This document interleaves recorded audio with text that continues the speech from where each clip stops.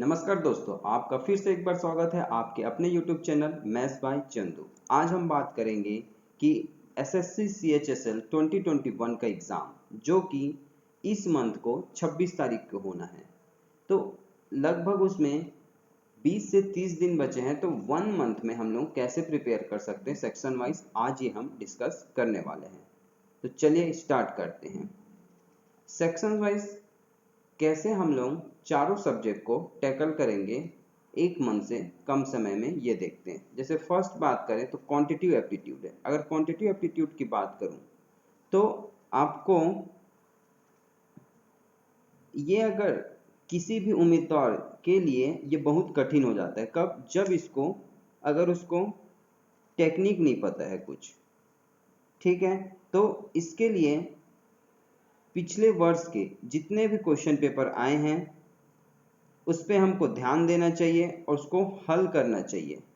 और हमको calculation part, multiplication, division और ऐसे भी छोटे छोटे जो पार्ट है वो हमको स्ट्रॉन्ग रखना चाहिए, ताकि हमारा इससे टाइम भी बचे और आसानी से हम पेपर को सॉल्व कर सकें। उसके बाद आता है हम लोग टाइम को कैसे रिड्यूस करें। टेबल हमको याद होना चाहिए 30 तक, स्क्वायर रूट याद होना चाहिए, क्यूब रूट याद होना चाहिए, क्यूब्स याद होना चाहिए, स्क्वायर्स याद होना चाहिए, फ्रैक्शंस ऑफ परसेंटेज ये सब याद होना चाहिए। ये हमारे टाइम को बचाने में बहुत मदद करेंगे अगर हम नियमित रूप से ऐसा करने में हमको बहुत लाभ होगा, ठीक है। अब हम मॉक टेस्ट देते हैं तो हमको मॉक टेस्ट को एनालाइज करना चाहिए कि क्या गलत है क्या सही है, कौन से क्वेश्चन में ज़्यादा टाइम लग रहा है, कौन से क्वेश्चन में कम टाइम लग रहा है। तो जिसमें ज़्यादा टाइम लग रहा है उसको हमको कम टाइम में सॉल्व करने की कोशिश करना चाहिए। फिर नेक्स्ट सेक्शन बढ़ते हैं हम लोग, जनरल इंटेलिजेंस एंड रीजनिंग। तो इसमें से कुछ क्वेश्चन सामान्य ज्ञान के आधारित पर होते हैं। जैसे हमको राजधानी याद होना चाहिए, ठीक है, सारे स्टेट के, और याद होना चाहिए कि हमारे जो बॉडी पार्ट्स हैं वो क्या क्या काम करते हैं, उनके फंक्शन क्या हैं, और इस तरह की कुछ भी जो जनरल चीज़ों से जुड़ी हुई हैं उनसे हमको अच्छी तरह वाकिफ रहना चाहिए।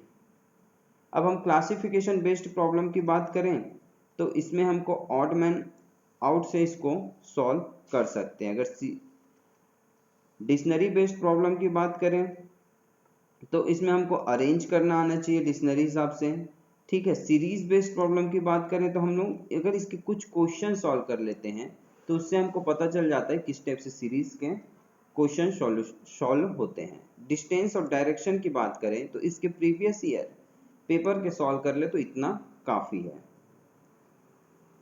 अगर हम स्टेट एंड कंक्लूजन की बात करें तो एलिमिनेशन मेथड का हम लोग उपयोग कर सकते हैं। वेन डायग्राम की बात करें तो फिगर से हम इसकी मदद ले सकते हैं और इसी तरह हम क्वेश्चन सॉल्व कर सकते हैं। मैथमेटिकल ऑपरेशन ये तो पता है कि बॉड मॉस से रूल से इसको सॉल्व करना सबसे अच्छा जाता है।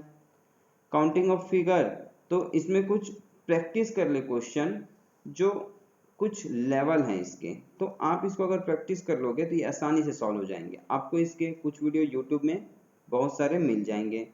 रैंकिंग ऑर्डर की बात करें और डाटा हमको वेरी केयरफुली पढ़ना पड़ता है, नोट डाउन करना पड़ता है। कोडिंग और डिकोडिंग की बात करें तो अल्फ़ाबेट ऑर्डर और उसको अच्छे से पढ़ेंगे तो हमको ये सॉल्व हो जाएगा। और कुछ क्वेश्चन रहते हैं कैलेंडर और क्लॉक के, तो इसके 2-3 कॉन्सेप्ट होते हैं, आप इसको पढ़ लेंगे तो आसानी से इसको सॉल्व करके ले जा लेंगे। इसके बाद एक पोर्शन आता है इंग्लिश का, ठीक है। तो इंग्लिश में कैसे करें हम?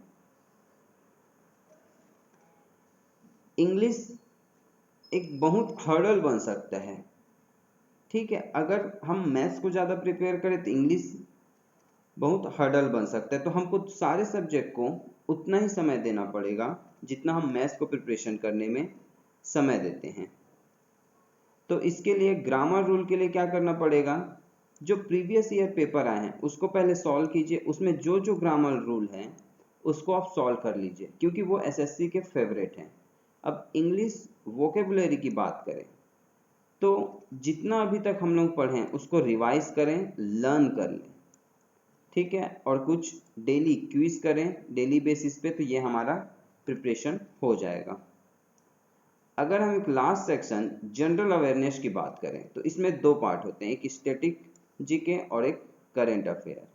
तो पहले स्टैटिक जीके की बात कर लेते हैं।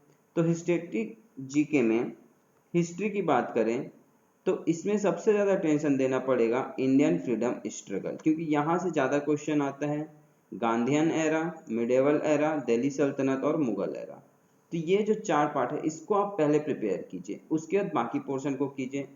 सेम पॉलिटी में है, कुछ टॉपिक फेवरेट होते हैं, जैसे आर्टिकल्स को फोकस कीजिए, जो अमेंडमेंट हुए हैं उसमें फोकस कीजिए, जो पार्ट्स है कॉन्स्टिट्यूशन के उसमें, और ये तो सबसे ज़्यादा इंपॉर्टेंट है फंडामेंटल राइट्स एंड ड्यूटीज, यहाँ से तो एक क्वेश्चन पूछता ही है। ज्योग्राफी की बात करें तो हमको बाउंड्रीज सराउंडिंग इंडिया, यानी कि इंडिया के कौन कौन से देश, इंडिया के बॉर्डर को कौन कौन से देश टच करते हैं उनके बारे में हमको जानकारी होना चाहिए। नेबरिंग कंट्री के बारे में जानकारी होना चाहिए, उनके कैपिटल, नेशनल एनिमल और इंडिया नेशनल पार्क, सेंचुरी, ठीक है, लेक्स, रिवर्स। तो ये सबको हम लोगों को याद होना चाहिए। आप अगर इसको अच्छे से याद करना चाहते हैं आप मैप का हेल्प ले सकते हैं, इससे आपको ज़्यादा लंबे समय तक याद रहेगा। इकोनॉमिक सेक्शन की बात करें तो बेसिक इकोनॉमिक्स टर्म्स पे, ग्राफ पे और रिसेंट ट्रेंड पे, ये तीन चीज पे आपको ध्यान देना है इकोनॉमिक सेक्शन पे। अब लास्ट साइंस की हम लोग बात करें तो साइंस में कुछ इंपॉर्टेंट लॉ है, इन्वेंशंस है, थ्योरम्स है, ठीक है, केमिकल नेम्स हैं, कॉमन नेम है, ऑर्गन एंड ऑर्गन सिस्टम है, एनिमल मॉर्फोलॉजी एंड और plant and animal disease, plant and animal kingdom. ये सब जो है एसएससी के लिस्ट में टॉप में रहते हैं, यानी कि इस सब टॉपिक से क्वेश्चन पूछे जाते हैं। तो आपको सबसे पहले ये सब टॉपिक को प्रिपेयर करना है, उसके बाद टाइम बचे तो आप बाकी टॉपिक भी कर सकते हैं। इसके लिए आप लूसेंट का हेल्प ले सकते हैं। अब करंट अफेयर की बात करें तो लास्ट 6 महीने का आपको करना चाहिए। अगर समय आपके पास कम है तो लास्ट 3 से 4 महीने का तो आपको डेफिनेटली करके ही जाना है, ठीक है। 6 महीना का करो तो बहुत अच्छा होगा। तो आप इस तरह से एसएससी CHSL का एग्जाम क्लियर कर सकते हैं। आई होप ये वीडियो पसंद आया होगा, और अभी आप ज़्यादा से ज़्यादा मॉक दें तो वो आपके लिए ज़्यादा हेल्पफुल होगा। तो चलिए आज के लिए इतना ही रखते हैं। Bye bye.